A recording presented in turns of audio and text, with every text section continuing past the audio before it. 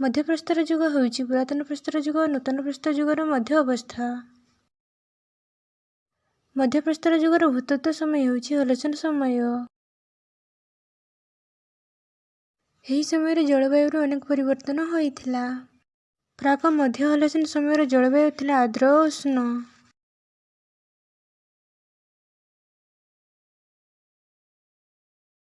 ଏହି ସମୟରେ ଗ୍ରୀଷ୍ମ ଋତୁରେ ପ୍ରବଳ ବର୍ଷା ଓ ଶୀତ ଋତୁରେ ମଧ୍ୟମ ଧରଣର ବର୍ଷା ହେଉଥିଲା।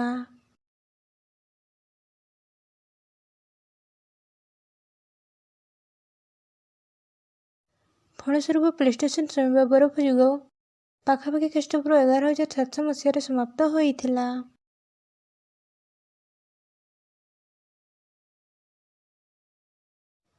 ପରବର୍ତ୍ତୀ ପୁରାତନ ପ୍ରସ୍ତର ଯୁଗର ଶେଷ ବେଳକୁ ପାଖାପାଖି ଖ୍ରୀଷ୍ଟପୂର୍ବ 9,000 ମସିହା ବେଳେ ଜଳବାୟୁ ଅଧିକ ଉଷ୍ଣ ହୋଇସାରିଥିଲା। ମଧ୍ୟପ୍ରସ୍ତର ଯୁଗ ପାଖାପାଖି ଖ୍ରୀଷ୍ଟପୂର୍ବ 4,000 ମସିହା ପର୍ଯ୍ୟନ୍ତ ରହିଥିଲା ଏବଂ ତାପରେ ନୂତନ ପ୍ରସ୍ତର ଯୁଗ ଆରମ୍ଭ ହୋଇଥିଲା। ଏହି ସମୟରେ ଲୋକମାନେ ଶିକାର, ଫଳମୂଳ ସଂଗ୍ରହ ଓ ମାଛ ଧରି ଜୀବନ ନିର୍ବାହ କରୁଥିଲେ।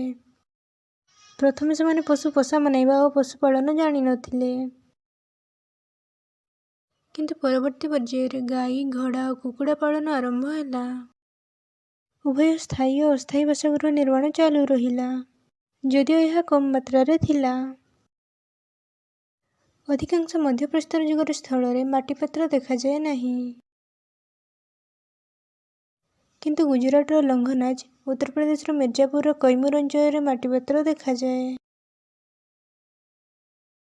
ମଧ୍ୟପ୍ରସ୍ତର ଯୁଗର ଗୁରୁତ୍ୱପୂର୍ଣ୍ଣ ବିକାଶ ଥିଲା ବାସସ୍ଥାନର ବିସ୍ତାର। ତେଣୁ ଜନସଂଖ୍ୟାର ବୃଦ୍ଧି ଯୋଗୁଁ ବାସସ୍ଥାନର ମଧ୍ୟ ବିସ୍ତାର ହେଲା। ଉପଯୁକ୍ତ ଜଳବାୟୁ ଓ କାରିଗରର ବିକାଶ ଏଥିରେ ସାହାଯ୍ୟ କଲା।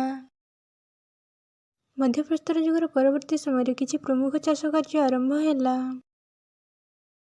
ଏହି ଚାଷ କାର୍ଯ୍ୟ ରାଜସ୍ଥାନର ଲୁଣି ହ୍ରଦ, ସାମ୍ବର ହ୍ରଦ, ଲୁଣକରଣସର ହ୍ରଦ ଠାରେ ଆବିଷ୍କାର କରାଯାଇଛି।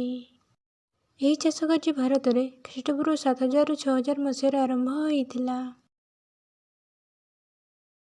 ମଧ୍ୟପ୍ରସ୍ତର ଯୁଗ ମାଇକ୍ରୋଲିଥିକ୍‌ର ବ୍ୟବହାର ପାଇଁ ପ୍ରସିଦ୍ଧ, ଯାହାକି ପଥରର କ୍ଷୁଦ୍ର, ମୁନିଆ ଓ ଧାରୁଆ ପରଦାରେ ତିଆରି ବ୍ଲେଡ୍ ଭଳି ଉପକରଣ।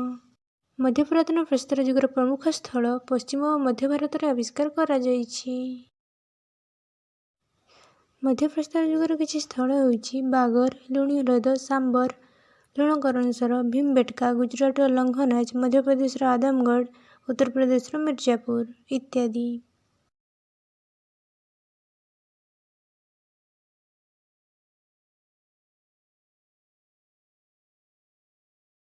ପୁରାତନ ପ୍ରସ୍ତର ଯୁଗର ଲୋକମାନଙ୍କ ଭଳି ମଧ୍ୟପ୍ରସ୍ତର ଯୁଗର ଲୋକମାନେ ମଧ୍ୟ ଚିତ୍ରକଳା କାର୍ଯ୍ୟ କରୁଥିଲେ।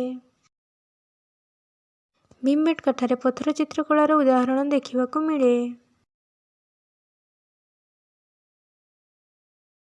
ତା ସହିତ ଆଦମଗଡ଼ ଓ ମିର୍ଜାପୁରରେ ଅନ୍ୟାନ୍ୟ ଚିତ୍ରକଳାର ସୂଚନା ମିଳିଅଛି। ଏହି ସମୟର ଚିତ୍ରରେ କିଛି ପ୍ରମୁଖ ଘଟଣାର ଚିତ୍ରଣ କରାଯାଇଥିଲା। ତା ସହିତ ଶିକାର, ଖାଦ୍ୟ ସଂଗ୍ରହ, ମାଛ ଧରା, ଶିଶୁ ଜନ୍ମ ଓ ମୃତ ଲୋକଙ୍କୁ ପୋତିବାର ଚିତ୍ରଣ କରାଯାଇଥିଲା। ଏହି ସମୟରେ ଚିତ୍ରକଳାରେ ବିଭିନ୍ନ ରଙ୍ଗ ବ୍ୟବହୃତ ହେଉଥିଲା, ଯାହା ଚିତ୍ରକୁ ଚିତ୍ତାକର୍ଷକ କରୁଥିଲା। ବ୍ୟବହୃତ ହେଉଥିବା ଅତି ସାଧାରଣ ରଙ୍ଗ ଥିଲା ଧଳା ଓ ହାଲୁକା ଲାଲ ରଙ୍ଗ। ଏହି ରଙ୍ଗଗୁଡ଼ିକ ଖଣିଜ ପଦାର୍ଥ ସହିତ ଜଳ, ପଶୁ ଚର୍ବି ଓ ଅଣ୍ଡାର ଧଳା ଅଂଶରୁ ତିଆରି ହେଉଥିଲା। ଏହି ଚିତ୍ରଗୁଡ଼ିକ ଏକ ରଙ୍ଗ ବା ବିଭିନ୍ନ ରଙ୍ଗ ଦ୍ୱାରା ଚିତ୍ରଣ କରାଯାଉଥିଲା।